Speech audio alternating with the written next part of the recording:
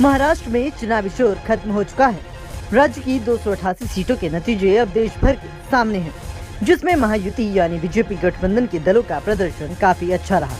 NDA की bumper जीत बता रही है कि कैसे जनता ने महाविकास आघाड़ी को पछाड़ने का काम किया। महाराष्ट्र में महायुति लगातार अपने दावों के साथ चुनावी मैदान में थी, साथ ही चुनाव में अपनी जीत का दावा ठोक रही थी। ऐसे में चुनावी मैदान में बीजेपी की बम्पर जीत बता रही है कि महाराष्ट्र की जनता ने कैसे बीजेपी का साथ दिया। लेकिन शिवसेना का हाल कुछ खास नहीं रहा, जिसके बाद अब कौन मुख्यमंत्री बनेगा इसकी चर्चाएं बढ़ गई हैं। महायुति सरकार में मुख्यमंत्री कौन होगा, इसको लेकर अब महायुति में भी चर्चाएं तेज है। बीजेपी नेता देवेंद्र फडणवीस ने जीत के बाद सोशल मीडिया पोस्ट पे लिखा कि एक है तो सेफ है, मोदी है तो मुमकिन है। इस बीच चर्चाएं ये भी होने लगी कि फडणवीस अगले सीएम हो सकते हैं। लेकिन अब एकनाथ शिंदे को लेकर भी लगातार सवाल खड़े हो रहे हैं, क्योंकि उसकी वजह है अजीत पवार। अजीत पवार ने सरकार बनने से पहले ही और मुख्यमंत्री बनने से पहले नया खेल कर दिया, जिसको लेकर सियासी गलियारों में अब सवाल खड़े होने लगे हैं। देवेंद्र फडणवीस या एकनाथ शिंदे, महाराष्ट्र का नया मुख्यमंत्री कौन होगा? सस्पेंस के बादल अब छटने लगे हैं। महायुति में सीएम पद को लेकर बड़ी खबर सामने आई है। देवेंद्र फडणवीस बनाम एकनाथ शिंदे जंग में अजीत पवार ने बड़ा खेल कर दिया।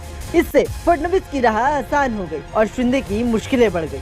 अजीत पवार गुट की एनसीपी देवेंद्र फडणवीस को मुख्यमंत्री बनाने के लिए राजी हो चुकी है। बीते रविवार को हुई मीटिंग में अजीत पवार और उनके सभी विधायकों ने देवेंद्र फडणवीस को सीएम बनाने का समर्थन किया। अजीत पवार गुट शिंदे के पक्ष में नहीं है। सूत्रों की माने तो खुद अजीत पवार भी चाहते हैं कि देवेंद्र फडणवीस ही सीएम बने। अजीत पवार के साथ मिलने से देवेंद्र फडणवीस का दावा और मजबूत हो गया।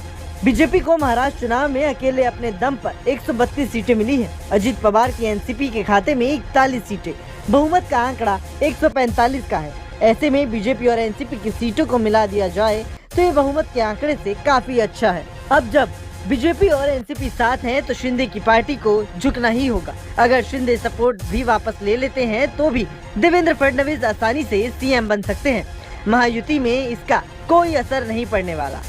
वहीं शिंदे कैंप में अब भी उनके विधायक चाहते हैं कि एकनाथ शिंदे ही मुख्यमंत्री बने। शिंदे कैंप की इसे लेकर दलील भी है। शिंदे कैंप का कहना है कि चूंकि लड़की बहन योजना, लाडली बहन योजना सीएम एकनाथ शिंदे ने शुरू की थी, जिसका फायदा महायुति को हुआ। और शिंदे कैंप का मानना है कि आने वाले बीएमसी चुनाव और दूसरे म्यूनिसिपल चुनावों में एकनाथ शिंदे का सीएम बनने से फायदा होगा। हालांकि बीजेपी में सरप्राइज देने का ट्रेंड रहा है। सीएम के सवाल पर एकनाथ शिंदे ने बताया था कि हमारे सीनियर प्रधानमंत्री नरेंद्र मोदी सब बैठकर बात करेंगे कि आखिरकार अगला मुख्यमंत्री कौन होगा। एकनाथ शिंदे के करीबी नेता और शिवसेना सांसद नरेश महस्के ने कहा कि हम कम सीटें लड़े, बीजेपी ज्यादा सीटें लड़ी। उन्होंने कहा कि कुर्सी की कोई लड़ाई नहीं है, लेकिन सीएम की लोकप्रियता की वजह से हम अच्छे नंबर लाए, तो हम चाहते हैं कि एक बार फिर से अगला सीएम एकनाथ शिंदे ही बने। अब देखना होगा कि आखिरकार महायुति का अगला सीएम कौन बनता है, किस पर फाइनल मोहर लगती है।